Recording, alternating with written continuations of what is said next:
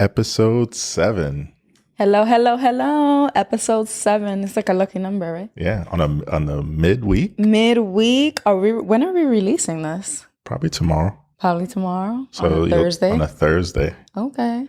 That's interesting. Why the urgency to get an episode out? We got so much feedback for this very small segment in episode 6. It wasn't even a segment. It kind of just organically came up. It was a throwaway. Yeah, it just kind of came up and I got a lot of response to it. So I was like, you know what? I feel like that's kind of like false advertisement. I want to actually discuss this topic. Okay. So that's what we're going to do today. So I'm Stephanie. I'm Travis. With the works on Instagram. Trav, you nerds. And today on this bonus midweek episode, we are going to discuss marriage or relationships and parenting. Yeah. If you follow us on Instagram on We Still Like Each Other, you would have seen a reel that we did. Yeah. And the reel is basically, can you put it on this video? Yeah, I'll put the reel here. Is it going to have the sound? And then for the people who are listening, they'll be able to hear the reel. They'll be able to hear the reel. Okay. Travis and I come first before the children. How dare you? You're a mother. Fuck them kids. If Travis and I are not okay, we cannot be good for our children. Period. All right, now that you've heard it. now that you've watched it and heard it, if you hadn't already, that got a lot of response. It was shared like over 150 times, I believe. It really resonated with people. So we wanted to talk about it. Yeah. I mean, so to be fair, it was mostly a lot of people saw the comedic factor. Yeah. And then there were a few people who it hit a chord. It hit a chord and they were like, this is so important.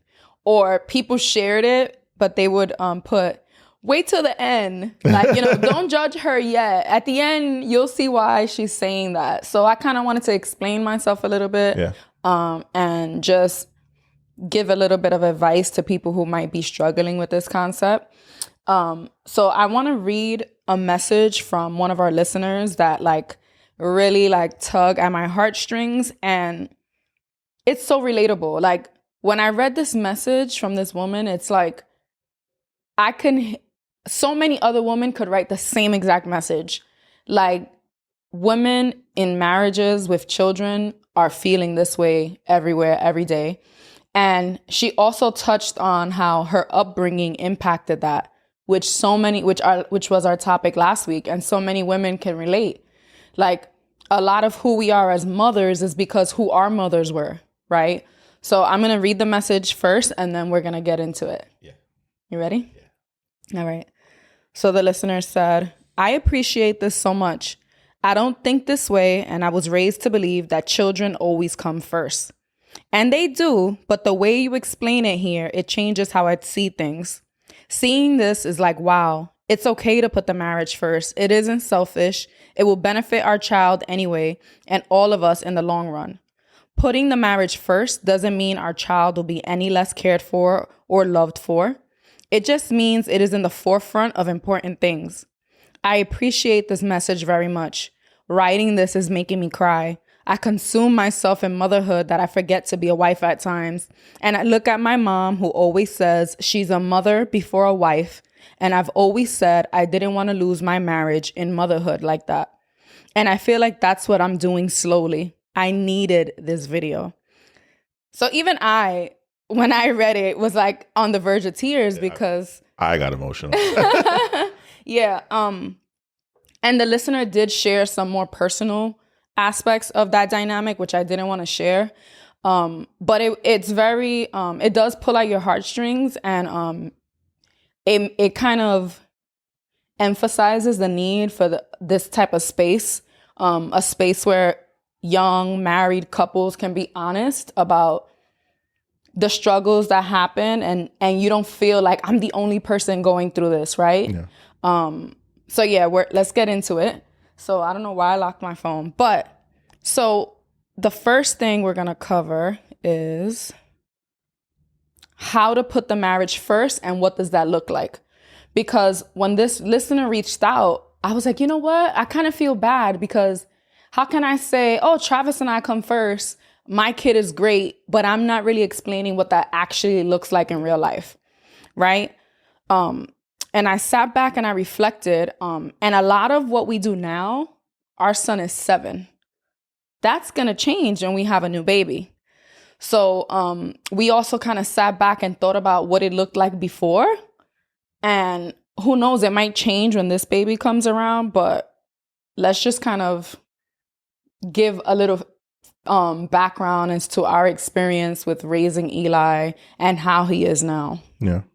So really early on, and I think you may have mentioned this once on an episode, is that, once we started dating very early, you were like, you have to meet my son because I'm not about to be getting a babysitter every night, or, he's a part of me. He's a, direct connection to me. So. And you never gave me pushback on that, which I feel that having a partner who respects your motherhood, and who respects your commitment together as parents, is the first step, right?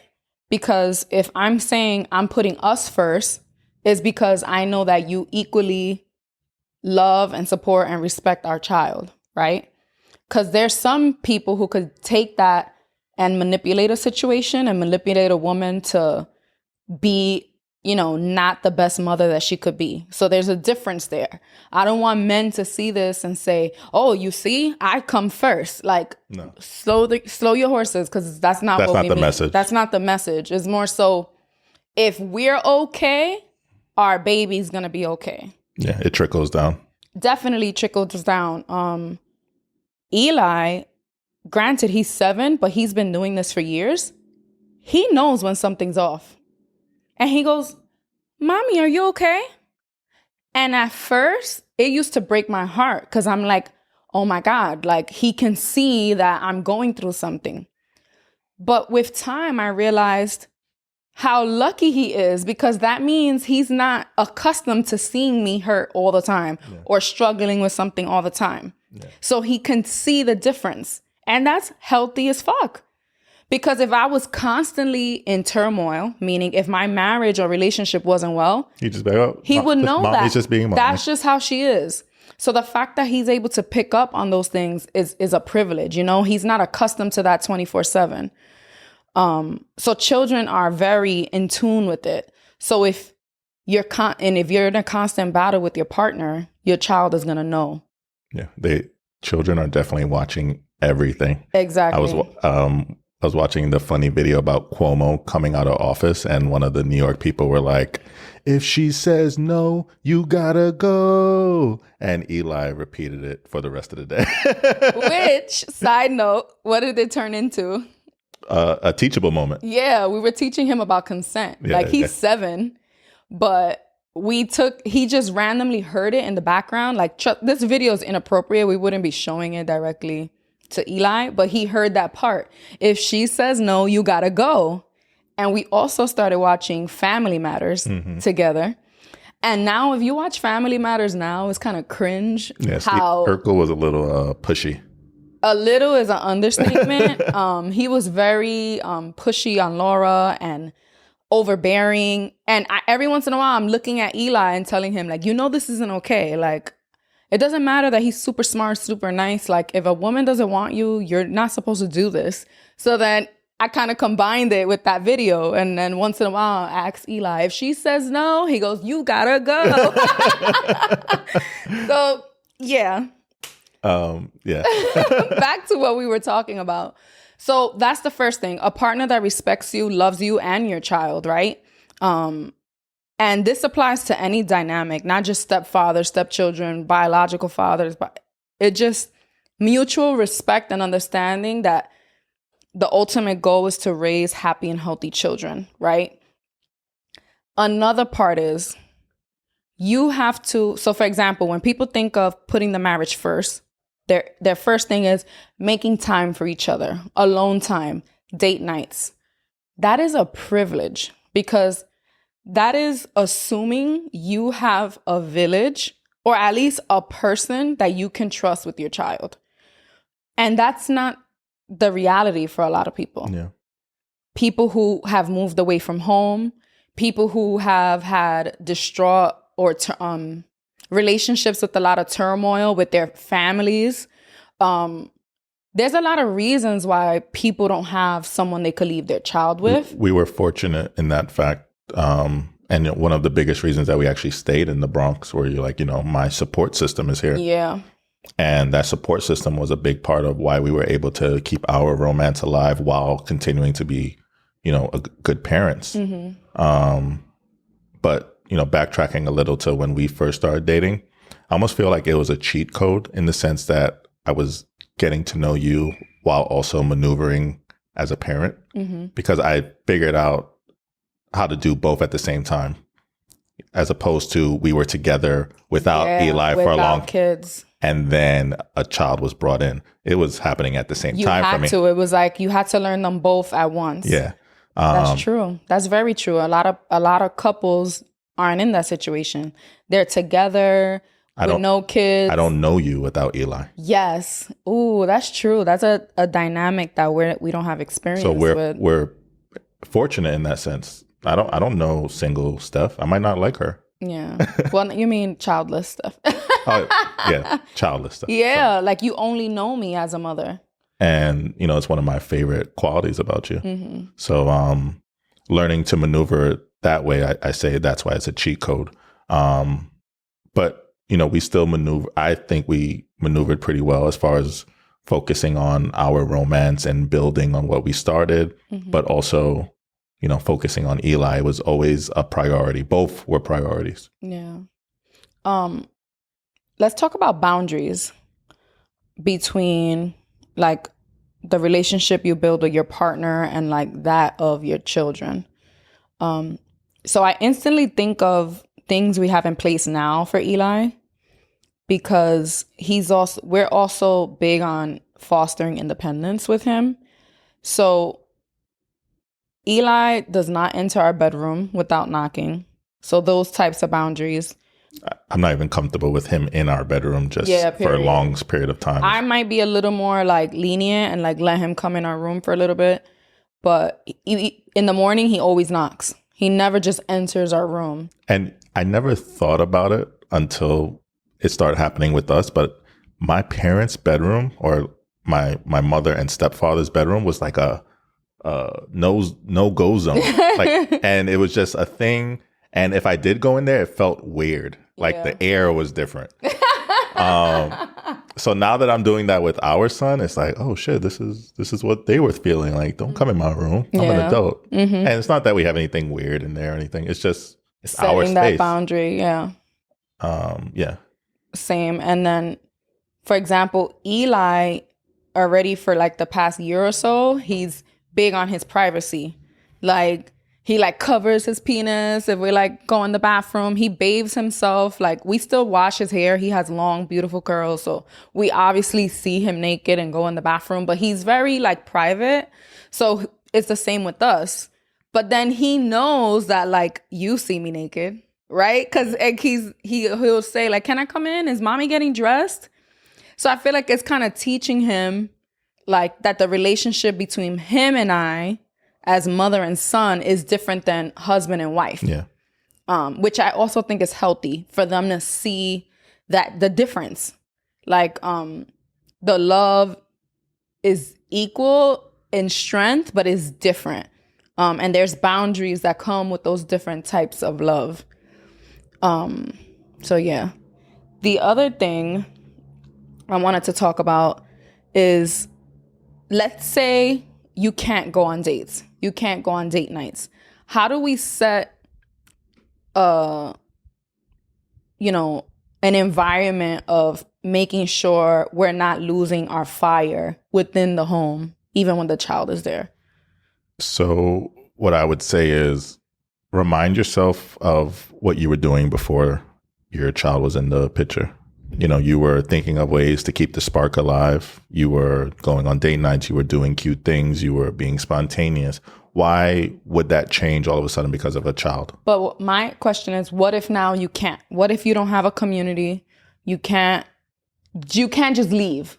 Your child is involved. Do you have any tips there? Like being home with the child? Yeah, I mean, there's so many cute at-home date ideas that you can do. Like, you could send your partner into the room and say, hey, don't come out for an hour. And they come out and it's like a romantic picnic in the living room. Like, there's so many, if anything, it challenges you to think outside the box and not have the since you don't have the capability of, like, let's say, let's go to a romantic dinner. Now you have to be a little more creative and do something in the house. And if anything, I know as a partner, and I'm sure you feel the same, those would mean way more than us going to an Italian restaurant. Yeah. If you come out here and Italian food is on a picnic or, something cute like that. Yeah. So I would never take that as an excuse to say, oh, we don't have a support system. That's bullshit.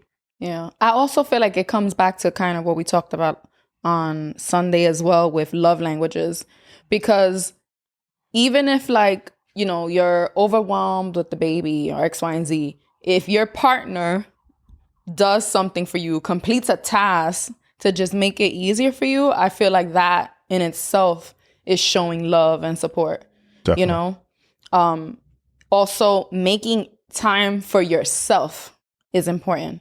So if Travis and I are the sole caretakers for our child, there's times when I can be alone with the child so he can take care of himself, because if he doesn't have his own shit together, he can't be there for me, and vice versa. And I know for women, and like I know especially in the beginning when you first have your baby's in your belly, comes out of you, needs to nurse from you. So you have to be attached to that baby. It's just gonna happen. So it's hard, but you have to teach yourself to let go and give your partner some responsibility. And it all depends, right? Because if you decide that you're exclusively breastfeeding, meaning not even pumping and using a bottle, you can't really be away from your kid more than a couple of hours when you're doing that, So it also depends on those decisions you make as a parent. And if that's what you make, that still doesn't mean you lose your partner. That just means it's going to take more communication, more creativity, and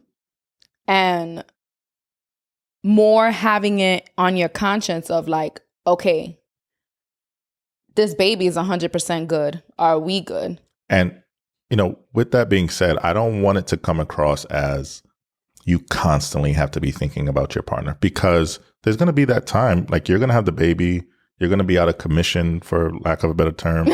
And I'm not even just talking about sexually. There's a lot going on with your body, emotionally, psychologically. Mm-hmm. It's okay that you're not wondering, is Travis okay right now? Yeah. So I don't want it to come across as they were like, no, listen, when you give birth, I need you to be like, all right, what kind of romantic dinner am I going to do for you? No. That's not what I'm trying, or that's not what we're trying to say. It's just that once, there's a cutoff to that. Because then it's like, all right, we're getting back into the swing of things. We're going, we've gotten our routine. What does our routine look like? Whereas we're taking care of our children and also taking care of us, which trickles down. So, yeah. And if you notice that there's tension or a huge shift in your romantic connection, talk about it. Like we can't ignore it, right? I know it sounds like the most simple thing to do. Communicate, but that shit is so real. I'm sure without even knowing it, we've avoided some probably major arguments. I mean, conversations, just by having conversations. And we also had major discussions because we lacked communication. Yeah.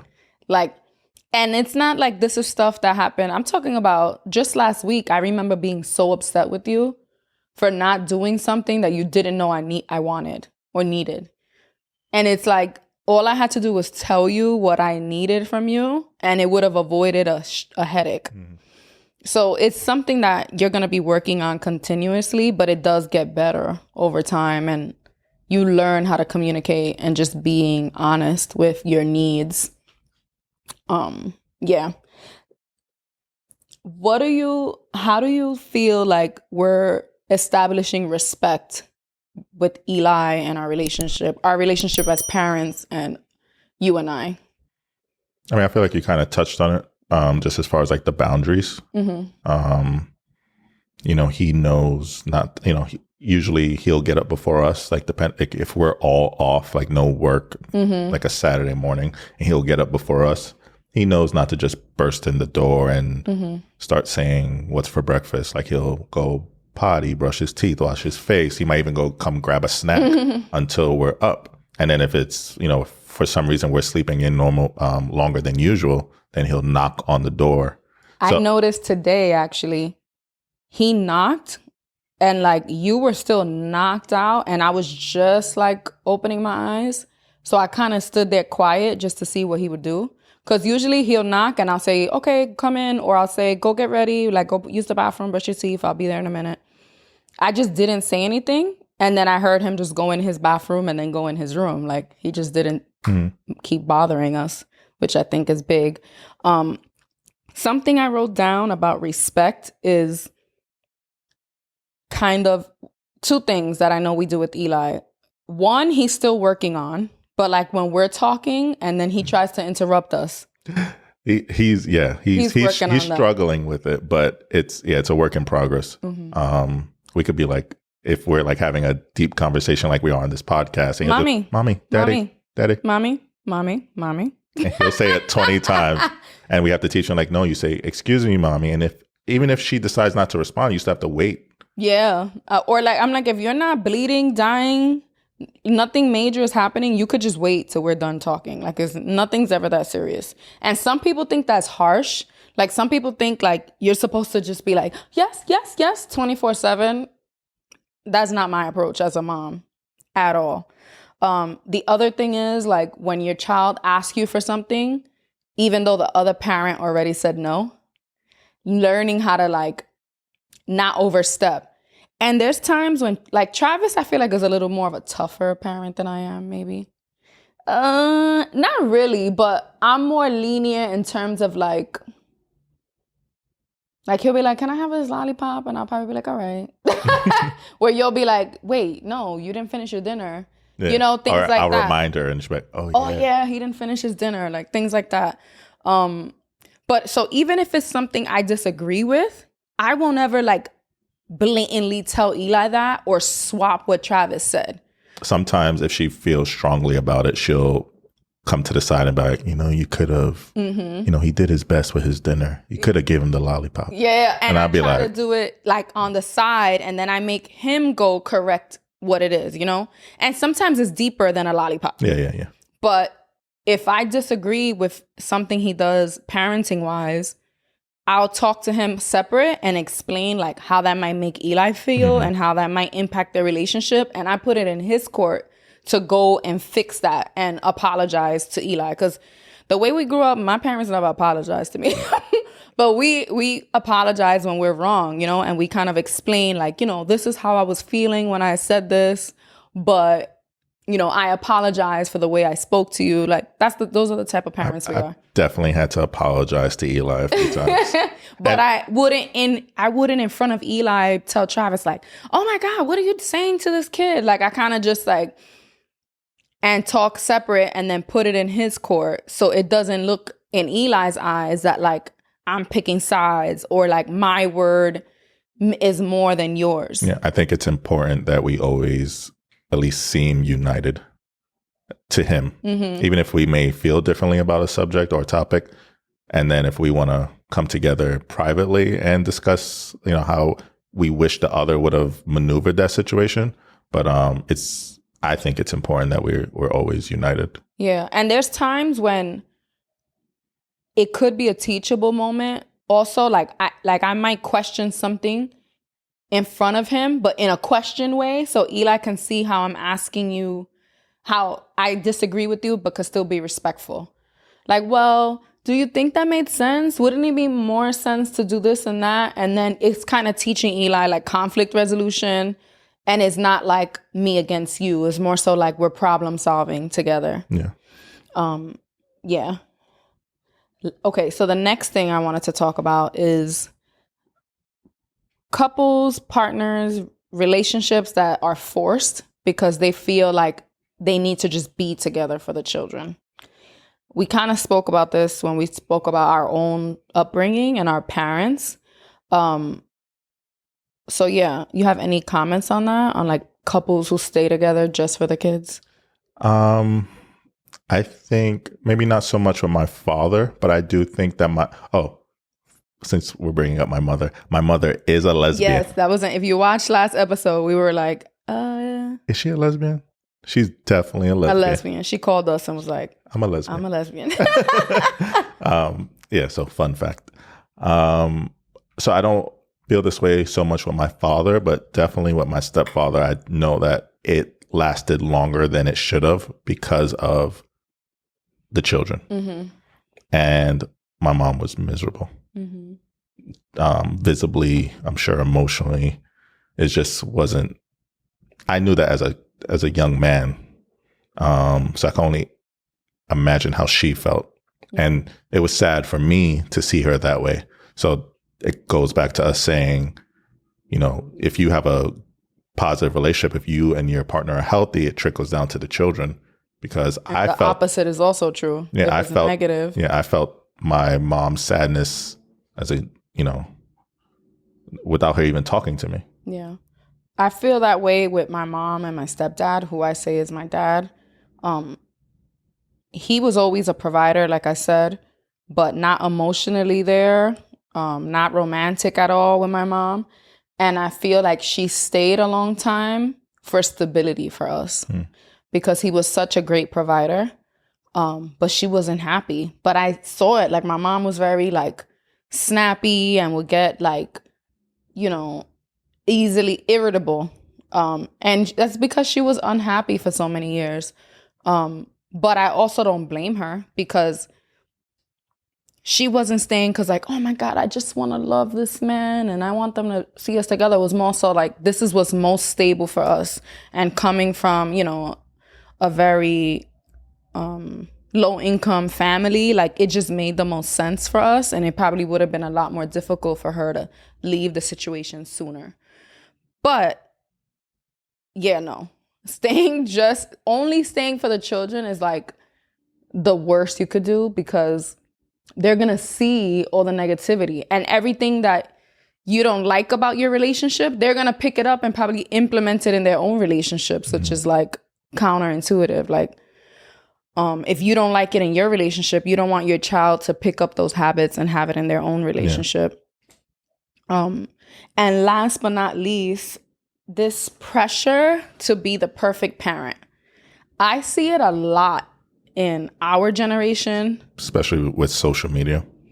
And I see it a lot, especially because the people from our community, so Travis and I are New Yorkers, Black New Yorkers, first and second generation Americans. So we come from immigrant backgrounds. So our parents were on survival mode, right? And then we feel like we want to give our kids this like American dream, like be the soccer mom. They're in swimming, they're in karate. They're so well-rounded. They go to all these special exhibits in New York. And we have this pressure to be like their everything, right? And now I just thought about another implication that I wasn't thinking about. But the first is we can't be everything to our children, right? We are raising children to be productive parts of society and eventually have their own families, right? So if I'm everything to my son and forgetting my husband, when my son's 18 and off to college and living his own life, I'm going to be alone, you know?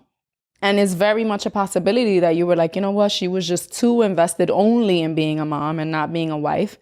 And then when Eli has his own wife and his own family, I'm either going to be super bitter and sad, or that's how you get these psycho-ass mother-in-laws too that are like overbearing.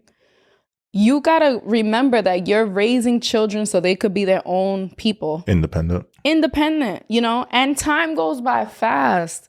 Like, I can't believe Eli's 7. almost 8, right around the And corner. I'm calculating how many years I have left to save to college, and it ain't enough. So time flies, and we got to remember that. We're forever. Yeah. And yes, I'm always going to be Eli's mom forever, but he's going to have his own wife and his own children, or his own partner and his own children. So it's like, we got to remember that and not lose us. And also, we want him to be a great spouse as well, versus like only focusing on his children. Like, we want to pass down good habits And overall. you also don't want him to be too dependent on you, because then you'll give him, he'll eventually meet a partner who's like, who the hell raised you? You don't know how to do anything. Anything for yourself. Yeah, no. We've already been teaching him like how to pick up after himself in his room. Just recently we started, so like we'll have dinner and sometimes I'll just go on the couch and I'm like, Eli could clear the table. Like, he's already big enough where he could clear the table. We don't have any sharp objects with dinner, just forks. So I'm like, you could clear the table for us. And he just started that literally like this past week. And before, when I would ask him like, oh, put this in the garbage, he would say like, but that's not mine. So that very like selfish, because, we teach you like clean up after yourself. But now we're expanding it to like, it doesn't matter. We're a family. We help each other out. Like, I cook for all of us, not just for myself, right? Yeah. Daddy does the laundry for all of us. He doesn't just say, I'm doing my laundry. So now we're like pushing into a more holistic community kind of vibe at home, because he's a little older and can understand that. Yeah, I'm looking forward to it. Him getting older, I want him to do more than I was doing, because I was spoiled in that sense. Mm-hmm. And that, like, when we started dating and becoming more serious, you were saying like, you don't know how to do what? You don't know how to, and I don't want him to start a relationship with anyone, whether it's serious or not, and not be able to hold his own. Yeah. And then I was the opposite. I was like scrubbing the tub early, dishes early. I didn't do too much cooking, but I feel like it was because it was so many of us. And my mom was like in such a rush that she would just cook a meal. Like, I couldn't afford to waste food for 7 people. But I was doing dishes, doing laundry, picking up from daycare, taking to daycare, cleaning the toilet, and cleaning good. Like, every time my mom came home, even if we did a great job at cleaning everything, she was inspecting, like finding something to say we did wrong. It was like your heart was racing for like 30 seconds until she just was like, okay. And it's not like she said thank you, but she didn't yell at us. Yeah, so we were like, woof. We made it. Good. So I don't want to be that parent either. And I know that my mom did it out of survival, out of necessity. She worked really hard and we had to help. That's just the reality of it. But I also don't want to, which a lot of us, because we were raised that way, that we had to help so much, want our kids not to do anything, not to have to help, not to do anything. We want them to just be kids. But you can be a kid while you're learning how to be an independent young adult at the same time. Yeah, I feel like there's a balance. Of course, it would have been amazing if you didn't have such a tough story growing up. Like you were only focused on academics. You were doing sports after school. Fortunately or unfortunately, depending on how you're looking at it, that wasn't your story. Mm-hmm. But you can appreciate those things now as an adult and say, Absolutely. They made me a better human, a better adult because of those things. And you want to pass down not all of those experiences to Eli, but a good chunk, because it will make him a well-rounded human, mm-hmm. a well-rounded adult. So, just because we're doing better than our parents may have been at the time, it doesn't mean that we have to get rid of all the things that we learned or, Like, yes, maybe now Eli doesn't have to do so much cleaning because it's not 5 children after him. But that doesn't mean he can't learn anyway, because it's going to come in handy, mm-hmm. which is why I feel like you ended up with the perfect person. Why is that? You didn't know how to do shit. Honestly, I used to be like, you clean this? Where? So I literally had to teach you how to do certain things. I'll give you that. I'm not going to argue. I was spoiled. Yeah. But you do good. Yeah. Turned 33 this And week. then sometimes I had to try not to be like my mom, like not going in to inspect everything he did, you know, like it was a learning curve for us. Yeah, we made it. Am I doing good as a 33-year-old man now? I had to double check the toilet the other day, remember? Oh, yeah. And I didn't do it on purpose. I literally like dropped something near the toilet. And I said, babe, you wiped right here? He goes, yeah. I said, look right here. He was like, oh. Don't even argue. Just get the spray. But no, I feel like I always said, we gotta just look back and reflect, you know, not to judge, but appreciate where we are.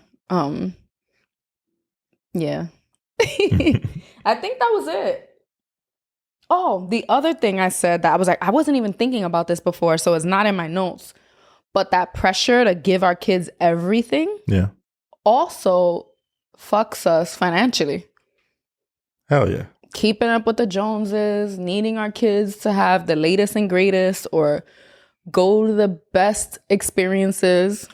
You know what I was thinking about the other day? So when your dad retired from his job, we went on a family trip to Hawaii. Yeah.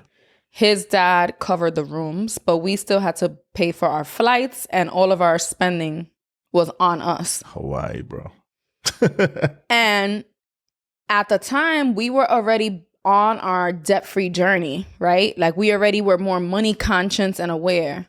And I made the decision that Eli was not coming with us to Hawaii because the flights alone were like $1,200. Was it each? Each. Yeah. They were like $1,200 a piece. So I said, a 4-year-old does not need to come to Hawaii. It just doesn't make money. It doesn't make sense financially. He's not going to remember this in the future. It's not like he's going to be like, I wish I was there. Like he's not going to be there, right? But guess who was feeling all guilty? Guess who had all this pressure from other people talking? Me. The whole time I felt like shit. Like, oh my God, I didn't bring my son. So then we went and we booked a Disney trip for him for his birthday. But then I was trying to rationalize it like, it's Disney World. He'll be a year older. He'll be 5 years old, so he might remember it more. And it's Disney World versus like Hawaii. So it's more of a kid's trip. Yeah.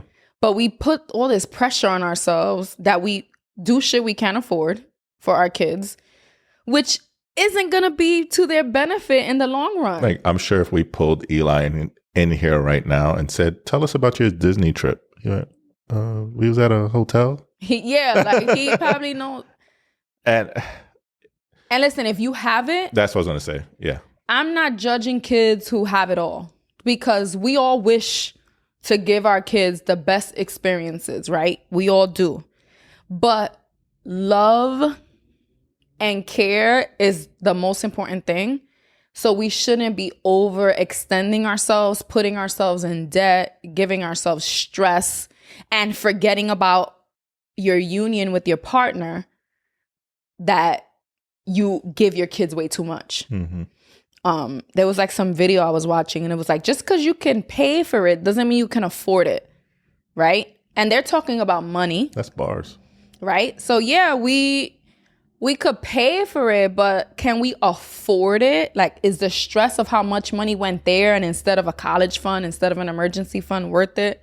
Yeah, we could put it on a credit card, but how long are we going to be paying it off, right? But then think about how that statement is also true with time and quality time between your children and your spouse. Yeah, like I have all this time I could feed into my child, but I'm forgetting to put time into a different relationship that's equally as important. Yeah. So learning how to manage your time is also equally as important as managing your money. Facts. All right. Anything else you want to cover? Anything you want to talk about? No, so one of the things that I love the most about doing this podcast is not only am I doing it with my amazing wife, I'm doing it with someone I live with. Yeah. So the benefit of that is we don't have to wait to, once a week to go to a studio and get our ideas out. Mm-hmm. So I feel like if we do have these moments where we're just like, We need to sit let this down. out. Let's do it. When you first brought this to me, I was like, let's just release it as a side episode. But I would never be upset that one of my favorite podcasts released a new episode. Mm-hmm. So I think that we'll always stick to our Sunday 5 p.m. schedule. But if we ever feel like something comes up or we have a light bulb moment, let's do it. Let's set up. It takes 15 to 20 minutes of my day to get us to this point. Let's rock and roll. So I'm happy we did this, and I hope everyone listening got something from this. Yeah. A little tip that I wanted to share. I saw like some TED talk. It was like a little tiny girl, and she was basically talking about how important it is for young children to just have your attention, right? So we briefly spoke about like the swimming lessons, the karate class, and all these extra things, which are wonderful. And if you can provide those for your children, go ahead. But if you can't, don't ever feel like, oh my God, my child is missing. What they need is your love and your attention, like for you to be present when you are with them. And that doesn't mean 24/7, but when you're together, to be together and be there and be more present is like the best thing you could do for your kid. Yeah, for sure. All right, we're all done with our episode 7 midweek. Yeah, all set. Baby, Yes, do you still like me? I still like you. Yeah, we're working on that Yeah. all the time, Yeah. even with kids. So don't forget that. Mm-hmm. Absolutely. Love you. Love you more.